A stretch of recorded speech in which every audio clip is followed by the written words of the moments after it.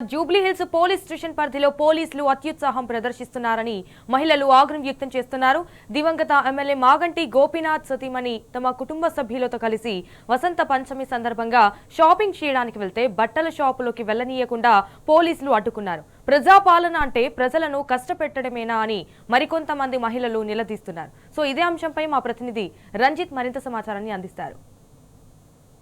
సందర్భంగా ఆడపడుచులు బట్టలు కొనుక్కోవడానికి షాపింగ్ మాల్ వెళ్తుంటే కూడా పోలీసు ఎక్కడికక్కడికి ఆంక్షలు పెట్టే పరిస్థితులు ఉంది. మనతో మాట్లాడడానికి కూడా మాగంటి సునీత గారు ఉన్నారు. వారి యొక్క సన్నిహితులతో కలిపి షాపింగ్ మాల్ వెళ్తుంటే కూడా పోలీసులు ఆంక్షలు పెట్టడము, దాన్ని అడ్డుకోవడం చూస్తున్నారు. మేడం, దీన్ని ఏ విధంగా చూస్తున్నారుగా మీరు అందరం కలిసి ఇక్కడికి వచ్చాం ఏదో పని మీద. లోపల కేటీఆర్ గారు ఉన్నారని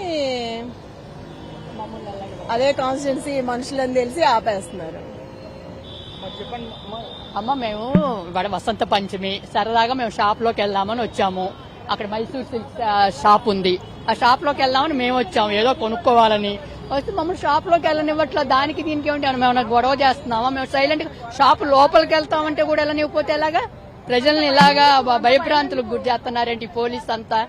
దేనికి పోలీస్ అంతా? అక్కడ చూసుకోమను, కేటీఆర్ గారు ఉంటే అక్కడ చూసుకోమను. కానీ మేమేదో మా పండగ ఉందని మేము బట్టల షాప్ లోకి వెళ్తే కూడా వెళ్ళనివ్వకపోతే ఎలాగా?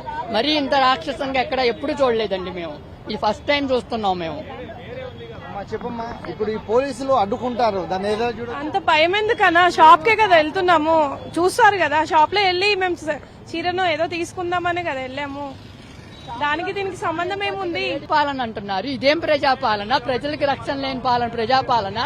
దేనికి పోలీస్ అక్కడ ఆయన వెళ్ళారు, ఆయన దగ్గర చూసుకోమను. మేమేదో బట్టల షాప్ లోకి వెళ్తుంటే బట్టల షాప్ లోకి వెళ్ళనిపోతే ఎలాగా?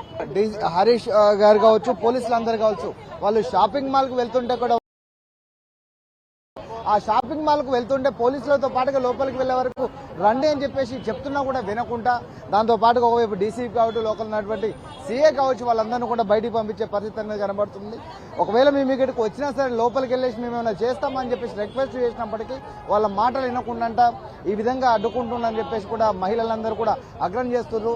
కాంగ్రెస్ ప్రభుత్వం అంటే ప్రజాపాలన, ప్రజల్ని రక్షించే పాలన అని చెప్పి చెప్తున్నారు. కానీ ఇక్కడికి వస్తున్నట్లయితే షాపింగ్కి వెళ్ళేసి వసంత పంచమి రోజున వాళ్ళు షాపింగ్ మాల్కి వెళ్లి ఆడపడుచులు బట్టలు కొనుక్కుందామంటే దానికి కూడా రక్షణ లేని విధంగా చేస్తున్నారని కూడా ఆగ్రహం చేసే పరిస్థితి అనేది కనబడుతుంది. ముఖ్యంగా చూసుకున్నట్లయితే ఏదైతే షాపింగ్ మాల్కి వచ్చేసినటువంటి జూబ్లీస్ కాన్స్టిట్యుయెన్సీకి సంబంధించినటువంటి మాగంటి సునీత గోపీనాథ్, దాంతో పాటుగా వాళ్ళ మహిళలందరూ కలిసి వసంత పంచమి రోజున షాపింగ్ మాల్కి వెళ్తే వాళ్ళని అడ్డుకోవడం, దాంతో పాటుగా షాపింగ్ మాల్కి రండి, పోలీసులను పంపించండి, అక్కడికి వెళ్లి మేము ఇది షాపింగ్ చేస్తామంటే కూడా వినకుండా పోలీసులు అడ్డుకోవడం, దాంతో పాటుగా ఇక్కడ నుంచి పంపడం కూడా దారుణమని చెప్పేసి ఆడపడుచులు అగ్రహం చేసే వ్యక్తి కనబడుతుంది. కెమెరామెన్ మధుతో రంజిత్, టీ న్యూస్, హైదరాబాద్.